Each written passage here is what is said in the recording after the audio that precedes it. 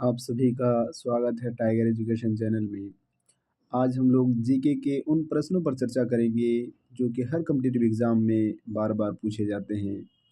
चाहे वो एसएससी हो, रेलवे, बैंकिंग या फिर पुलिस, आर्मी या फिर बीपीएससी, यूपीएससी कोई भी एग्ज़ाम हो, सभी एग्ज़ाम के लिए बहुत ज़्यादा महत्वपूर्ण प्रश्नों को हम कलेक्ट किए हैं।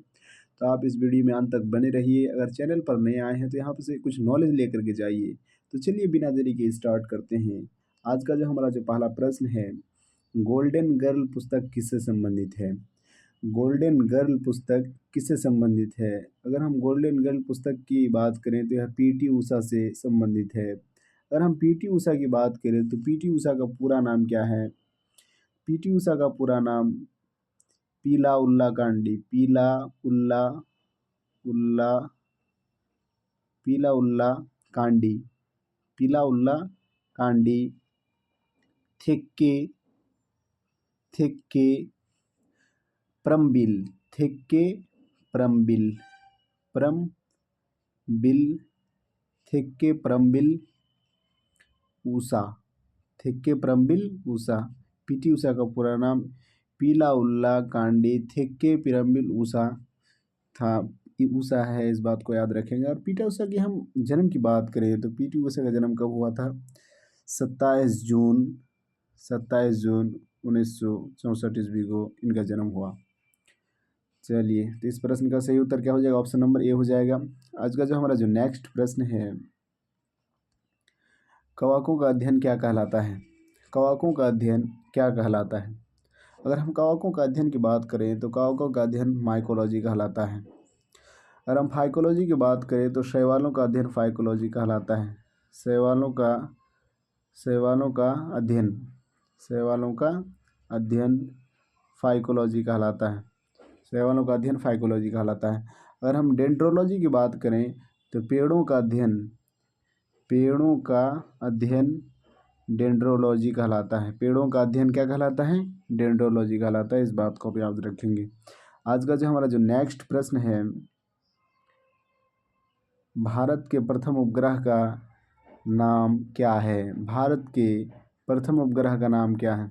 अगर हम भारत के प्रथम उपग्रह की बात करें तो भारत के प्रथम उपग्रह का नाम आर्यभट्ट है। अगर हम आर्यभट्ट की बात करें तो यह आर्यभट्ट जो नाम है, भारत के प्रसिद्ध खगोल शास्त्री आर्यभट्ट के नाम से इस उपग्रह का भारत का पहला उपग्रह का नाम आर्यभट्ट रखा गया। अगर हम आर्यभट्ट की बात करें, इसका पहला फर्स्ट जो प्रशिक्षण किया गया था, यानी कि पहली बार जो यहाँ इसको छोड़ा गया था, कब छोड़ा गया था? 19 अप्रैल 1975 को छोड़ा गया था। इस बात को भी आप याद रखेंगे। चलिए, आज का जो हमारा जो नेक्स्ट प्रश्न है, टीपू सुल्तान मस्जिद कहाँ स्थित है? टीपू सुल्तान मस्जिद कहाँ स्थित है? अगर हम टीपू सुल्तान मस्जिद की बात करें तो यह कलकत्ता में स्थित है। कलकत्ता किस राज्य की राजधानी है? तो यह बंगाल की राजधानी है। इस बात को भी आप याद रखेंगे, बंगाल की राजधानी है। अगर हम टीपू सुल्तान मस्जिद की बात करें तो इसका निर्माण किसने करवाया था? तो टीपू सुल्तान का बेटा अनवर शाह ने इस मस्जिद का निर्माण करवाया था। इस बात को भी आप याद रखेंगे। आज का जो हमारा जो नेक्स्ट प्रश्न है, जड़त्व का नियम किसने दिया था? जड़त्व का नियम किसने दिया था? अगर हम जड़त्व के नियम की बात करें तो यह न्यूटन ने दिया था। अगर हम न्यूटन की बात करें तो न्यूटन का जन्म कब हुआ था? 4 जनवरी 1643 ईस्वी को 1643 ईस्वी को न्यूटन का जन्म हुआ था। अगर हम न्यूटन की बात करें तो फादर ऑफ मॉडर्न साइंस कहा जाता है। न्यूटन को फादर ऑफ मॉडर्न साइंस कहा जाता है। इस बात को भी आप याद रखेंगे। अगर हम रॉबर्ट हॉक की बात करें तो रॉबर्ट हॉक ने किसका खोज किया था? कोशिका का खोज किया था। इस बात को भी आप याद रखेंगे। आज का जो हमारा जो नेक्स्ट प्रश्न है, खर्तुम शहर किस नदी के किनारे स्थित है? खर्तुम शहर किस नदी के किनारे स्थित है? तो यह नील नदी के किनारे स्थित है। अगर हम नील नदी की बात करें तो यह दुनिया का सबसे लंबा नदी है। दुनिया का सबसे सबसे लंबा सबसे लंबा नदी है? इस बात को भी आप याद रखेंगे। दुनिया का सबसे लंबा नदी है। अगर हम अमेजन की बात करें तो यह भारत का सबसे चौड़ा नदी है। भारत का सबसे चौड़ा नदी है, सॉरी, भारत का सबसे चौड़ा नदी है। इस बात को भी आप याद रखेंगे, ठीक है। आज का जो हमारा जो नेक्स्ट प्रश्न है, फूलों की घाटी कहाँ स्थित है? फूलों की घाटी कहाँ स्थित है? अगर हम फूलों की घाटी की बात करें तो यह उत्तराखंड में स्थित है। अगर हम उत्तराखंड की बात करें तो उत्तराखंड की राजधानी कहाँ है? उत्तराखंड की राजधानी देहरादून है। इस बात को भी आप याद रखेंगे, देहरादून है। इस बात को भी आप याद रखेंगे। मध्य प्रदेश की राजधानी भोपाल है, ठीक है। आज का जो हमारा जो नेक्स्ट प्रश्न है, अशोक ने बौद्ध प्रचारक के रूप में श्रीलंका किसे भेजा था? अशोक ने बौद्ध प्रचारक के रूप में श्रीलंका किसे भेजा था? अगर हम अशोक ने बौद्ध प्रचारक के रूप में श्रीलंका किसे, इसकी बात करें तो प्रश्न नंबर 8 का बिल्कुल सही उत्तर हो जाएगा ऑप्शन नंबर ए, यानी कि संघमित्रा को अशोक ने बौद्ध प्रचारक के रूप में श्रीलंका भेजा था। आज का जो हमारा जो नेक्स्ट प्रश्न है, भारत हेवी इलेक्ट्रिकल लिमिटेड यानी कि भेल की स्थापना किस वर्ष हुई थी? भारत हेवी इलेक्ट्रिकल यानी कि भेल की स्थापना किस वर्ष हुई थी? तो हम इसकी स्थापना की अगर बात करें तो प्रश्न नंबर 9 का बिल्कुल सही उत्तर ऑप्शन नंबर बी हो जाएगा। 1964 ईस्वी में भेल की स्थापना हुई थी। इस बात को भी आप याद रखेंगे। आज का जो हमारा जो नेक्स्ट प्रश्न है, चमत्कारी सचिन पुस्तक को किसने लिखा है? चमत्कारी सचिन पुस्तक को किसने लिखा है? अगर हम चमत्कारी सचिन पुस्तक की बात करें तो यह लोकेश थानी ने लिखा है। इस बात को भी आप याद रखेंगे। यानी प्रश्न नंबर 10 का बिल्कुल सही उत्तर ऑप्शन नंबर सी हो जाएगा। आज का जो हमारा जो नेक्स्ट प्रश्न है, किस अनुच्छेद के तहत हिंदी को राष्ट्रीय भाषा का दर्जा दिया गया है? किस अनुच्छेद के तहत हिंदी को राष्ट्रीय भाषा का दर्जा दिया गया है? अगर हम प्रश्न नंबर 11 की बात करें तो प्रश्न नंबर 11 का बिल्कुल सही उत्तर ऑप्शन नंबर डी हो जाएगा। यानी कि अनुच्छेद 43 के तहत हिंदी को राष्ट्रीय भाषा का दर्जा दिया गया है। यहाँ पे सॉरी, राष्ट्रीय भाषा का दर्जा नहीं दिया गया है बल्कि राजकीय भाषा का दर्जा दिया गया है। राजकीय भाषा का दर्जा दिया गया है। हिंदी कोई राष्ट्रभाषा नहीं है बल्कि यह राजकीय भाषा है, ठीक है। आज का जो हमारा जो नेक्स्ट प्रश्न है, अरुणाचल प्रदेश की स्थापना किस वर्ष हुई थी? अरुणाचल प्रदेश की स्थापना किस वर्ष हुई थी? अगर हम अरुणाचल प्रदेश की बात करें तो इसकी राजधानी कहाँ पड़ता है? शिमला में पड़ता है, ठीक है। इस बात को भी आप याद रखें। तो इसकी स्थापना कब हुई थी? 1987 को हुई थी। यानी कि ऑप्शन नंबर बी इस प्रश्न का बिल्कुल सही उत्तर हो जाएगा। आज का जो हमारा जो नेक्स्ट प्रश्न है, माले किस देश की राजधानी है? माले किस देश की राजधानी है? अगर हम प्रश्न नंबर 13 की बात करें तो प्रश्न नंबर 13 का बिल्कुल सही उत्तर हो जाएगा ऑप्शन नंबर बी। यानी कि माले किस देश की राजधानी थी? तो मालदीव की राजधानी थी। इस बात को भी आप याद रखेंगे। आज का जो हमारा जो नेक्स्ट प्रश्न है, युगांडा की राजधानी कहाँ है? युगांडा की राजधानी कहाँ है? अगर हम युगांडा की राजधानी की बात करें तो कंपाला युगांडा की राजधानी हो जाएगी। यानी कि ऑप्शन नंबर ए बिल्कुल सही उत्तर हो जाएगा। युगांडा की राजधानी कंपाला है। इस बात को भी आप याद रखेंगे। आज का जो हमारा जो नेक्स्ट प्रश्न है, ग्राउंड लेवल से बैडमिंटन नेट की ऊंचाई कितनी होती है? ग्राउंड लेवल से बैडमिंटन नेट की ऊंचाई कितनी होती है? अगर हम ग्राउंड लेवल से बैडमिंटन नेट की ऊंचाई की बात करें तो इनकी ऊंचाई 1.524 मीटर होता है। यानी कि ऑप्शन नंबर ए भी इस प्रश्न का बिल्कुल सही उत्तर हो जाएगा। आज का जो हमारा जो नेक्स्ट प्रश्न है, गुलाम वंश के संस्थापक कौन थे? गुलाम वंश के संस्थापक कौन थे? अगर हम गुलाम वंश के संस्थापक की बात करें तो गुलाम वंश के संस्थापक कुतुबुद्दीन ऐबक थे। इस बात को भी आप याद रखेंगे। अगर हम कुतुबुद्दीन ऐबक की बात करें तो कुतुबुद्दीन ऐबक का जन्म कब हुआ था? कुतुबुद्दीन ऐबक के जन्म की बात करें तो कुतुबुद्दीन ऐबक का जन्म 1150 में हुआ था। अगर मृत्यु की बात करें तो मृत्यु कब हुआ था? 1270 में हुआ था। इस बात को भी आप याद रखेंगे। आज का जो हमारा जो नेक्स्ट प्रश्न है, कोरिया देश की मुद्रा क्या कहलाती है? कोरिया देश की मुद्रा क्या कहलाती है? अगर हम कोरिया देश की मुद्रा की बात करें तो कोरिया देश की मुद्रा वान कहलाती है, यानी कि प्रश्न नंबर 17 का बिल्कुल सही उत्तर ऑप्शन नंबर डी हो जाएगा। आज का जो हमारा जो नेक्स्ट प्रश्न है, कल्पना चावला के आंतरिक शटल का नाम क्या था?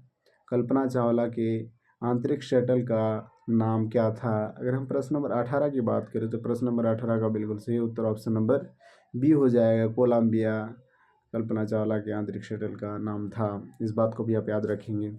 आज का जो हमारा जो नेक्स्ट प्रश्न है,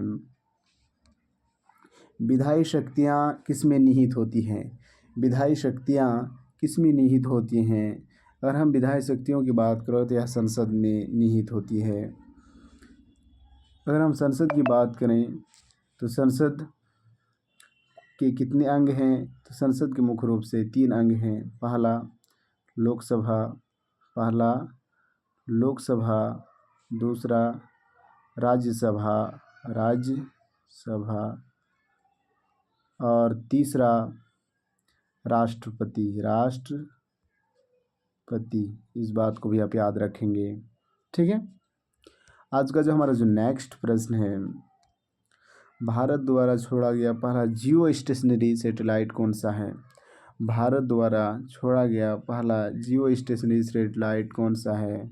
अगर हम पहला जियो स्टेशनरी सैटेलाइट की बात करें तो कौन सा हो जाएगा? एप्पल हो जाएगा, यानी प्रश्न नंबर 20 का बिल्कुल सही उत्तर ऑप्शन नंबर ए हो जाएगा। इस बात को भी आप याद रखेंगे। आज का जो हमारा जो नेक्स्ट प्रश्न है, बांग्लादेश ने अपने संविधान को किस वर्ष अंगीकृत किया? बांग्लादेश ने अपने संविधान को किस वर्ष अंगीकृत किया? अगर हम बांग्लादेश की बात करें तो बांग्लादेश की स्थापना कब हुई? 1971 यानी 1971 को बांग्लादेश पूर्वी पाकिस्तान से कट कर बना, यानी कि बांग्लादेश पहले पाकिस्तान का ही हिस्सा हुआ करता था, ठीक है। अगर हम इनके संविधान को अंगीकृत करने की बात करें तो यह 1972 ईस्वी को इसको अंगीकृत किया गया था। आज का जो हमारा जो नेक्स्ट प्रश्न है, जल्लीकट्टू किस राज्य का प्रसिद्ध खेल है? जल्लीकट्टू किस राज्य का प्रसिद्ध खेल है? आइए हम ऑप्शन देखते हैं। अगर हम जल्लीकट्टू की बात करें तो जल्लीकट्टू तमिलनाडु राज्य का एक प्रसिद्ध खेल है, यानी कि ऑप्शन नंबर बी इस प्रश्न का बिल्कुल सही उत्तर हो जाएगा। अगर हम तमिलनाडु की बात करें तो तमिलनाडु की राजधानी कहाँ पड़ती है? चेन्नई पड़ती है। इस बात को भी आप याद रखेंगे। चलिए, आज का जो हमारा जो नेक्स्ट प्रश्न है, भारत के राष्ट्रीय ध्वज का डिजाइन किसके द्वारा तैयार किया गया? भारत के राष्ट्रीय ध्वज का डिजाइन किसके द्वारा तैयार किया गया? अगर हम भारत के राष्ट्रीय ध्वज की बात करें तो यह पिंगली वेंकैया के द्वारा तैयार किया गया। अगर हम पिंगली वेंकैया की बात करें तो इनका जन्म कब हुआ था? इनका जन्म की अगर हम बात करें तो 2 अगस्त 1876 को इनका जन्म हुआ था और इनका जन्म आंध्र प्रदेश में हुआ था। कहाँ हुआ था? आंध्र प्रदेश में इनका जन्म हुआ था, ठीक है। आज का जो हमारा जो नेक्स्ट प्रश्न है, भगत सिंह को किस वर्ष फांसी दी गई? भगत सिंह को किस वर्ष फांसी दी गई? अगर हम भगत सिंह की बात करें तो भगत सिंह का जन्म कब हुआ था? 28 सितंबर 1907 को भगत सिंह का जन्म हुआ था। अगर हम इनकी मृत्यु की बात करें तो भगत सिंह का मृत्यु कब हुआ था? 23 मार्च 1931 ईस्वी को इनका मृत्यु हुआ था। इस बात को भी आप याद रखेंगे। तो कब हुआ था इनकी, कब फांसी दी गई थी? 1931 ईस्वी को इनको फांसी दी गई थी। आज का हमारा जो नेक्स्ट प्रश्न है, भारत का प्रथम बैंक कौन सा है? भारत का प्रथम बैंक कौन सा है? अगर हम भारत के प्रथम बैंक की बात करें तो बैंक ऑफ हिंदुस्तान भारत का प्रथम बैंक है। इस बात को आप याद रखेंगे, यानी ऑप्शन नंबर डी इस प्रश्न का बिल्कुल सही उत्तर हो जाएगा। आज का हमारा जो नेक्स्ट प्रश्न है, इसरो का मुख्यालय कहाँ स्थित है? इसरो का मुख्यालय कहाँ स्थित है? अगर हम इसरो की बात करें तो इसरो की स्थापना कब हुई थी? 15 अगस्त 1969 को इसरो की स्थापना विक्रम साराभाई ने किया था। विक्रम साराभाई ने किया था। इस बात को भी आप याद रखेंगे। अगर हम इनके मुख्यालय की बात करें तो बेंगलोर इसरो का मुख्यालय है। आज का जो हमारा जो नेक्स्ट और लास्ट प्रश्न है, राष्ट्रीय विज्ञान दिवस किस तिथि को मनाया जाता है?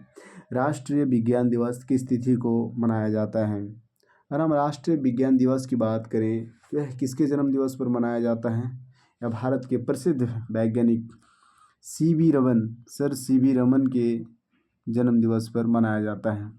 अगर हम सी वी रमन की बात करें तो सी वी रमन भारत के पहले ऐसे व्यक्ति थे जिन्हें फिजिक्स के क्षेत्र में 1930 ईस्वी को नोबेल पुरस्कार मिला था, और वह पहला भारतीय था जिसे फिजिक्स के क्षेत्र में नोबेल पुरस्कार मिला था 1930 को। तो यह कब मनाया जाता है? 28 फरवरी को प्रत्येक वर्ष मनाया जाता है।